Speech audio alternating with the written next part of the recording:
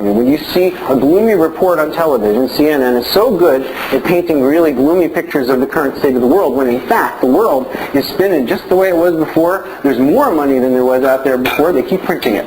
And then everybody's worried about the money. They're worried about the swine flu. I fly a lot. You guys fly? That's, people. I see people with the masks on, walking around worried, they're washing their hands. I wash my hands. That's prudence. I check my parachute too. But I don't spend my whole time thinking about swine flu or parachutes malfunctioning, because I know, as you know, that if you fixate on what you don't want, you're not paving the way to experience what you do want. The ones that win have the ability to calm down, clear their head of all thoughts, which is a challenge, isn't it? I mean, try doing that for more than 10 seconds. I did it once for a month as part of a graduate school psych program.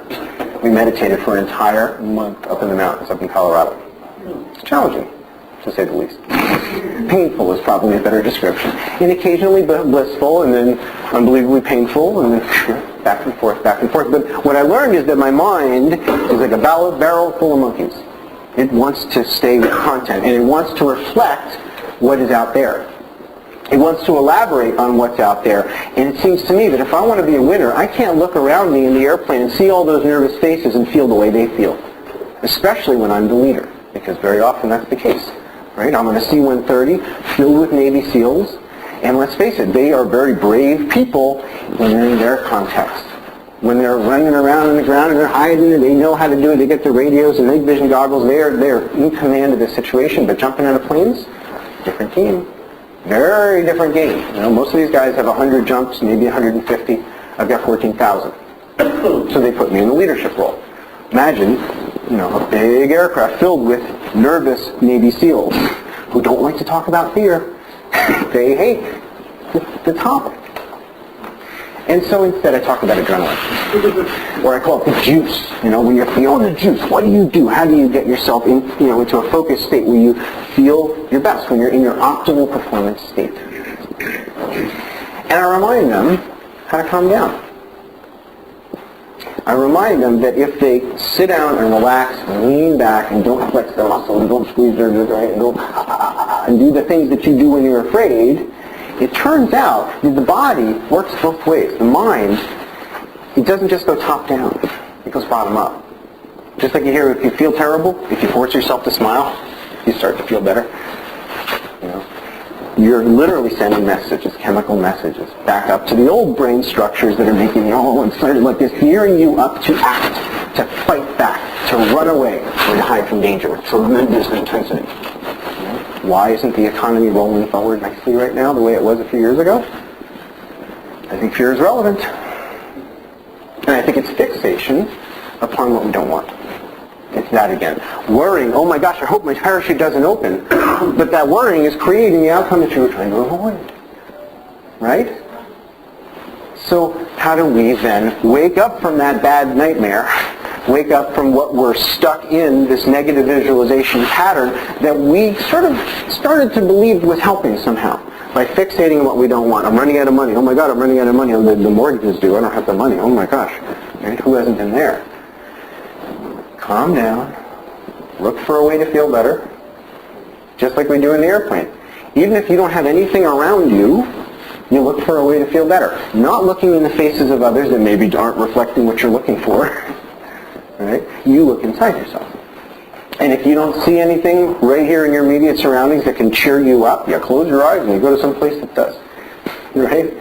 You visualize the perfect unfolding of the jump. And if you can't picture that, because I've learned, and I think most people have learned, that your mood creates your thoughts.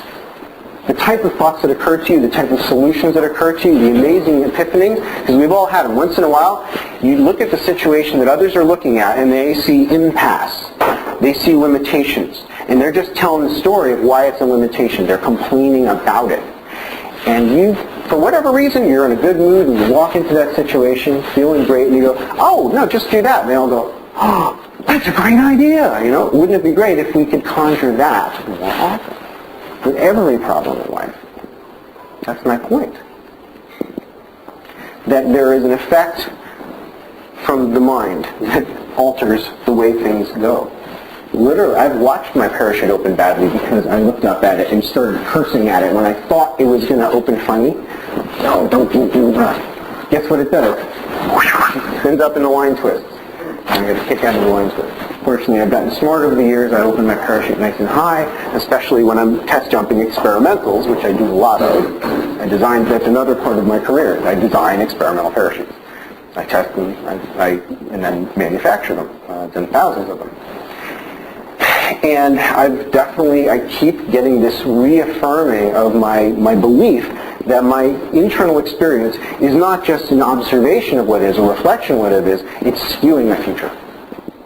We know that the people that are optimists, without any real ground for why to be optimistic, right?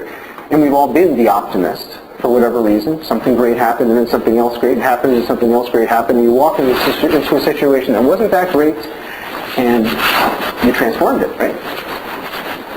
So how do we do that? That's my question. And of course, there's many different answers to that. But the allegiance to the mood that creates that. Right? When I go out of that door of the airplane, when I see the green light come on, when I see the red light that says don't jump, we're over the ocean, we're over the mountains, and then the yellow light says get ready, check your stuff, clear your goggles. Am I ready? And now I'm ready. It's not just about checking the equipment. We call it checking your vibe. How do you feel? Do you feel great? You're going into a meeting and you're going to give a talk? Check your vibe, right? Because people in parachutes, it turns out, and maybe other things as well, notice vibe. You ever ride a horse? And if you're nervous about that horse, maybe you don't trust that horse, you think scary thing, you squeeze and he feels you. And his ears go back to the thing, and suddenly you have a resistant situation that you created with your fear. So I also teach a lot of rock climbing. And I also teach, I help people with kayaking and all kinds of other events like this. And I keep seeing the same patterns again and again and again in all the adventure activities that the individual has to remember. The fear is telling you something that you needed to know. It is. Don't throw the baby out with the bathwater, right? That fear is saying you don't want something about this. You don't want to get hurt.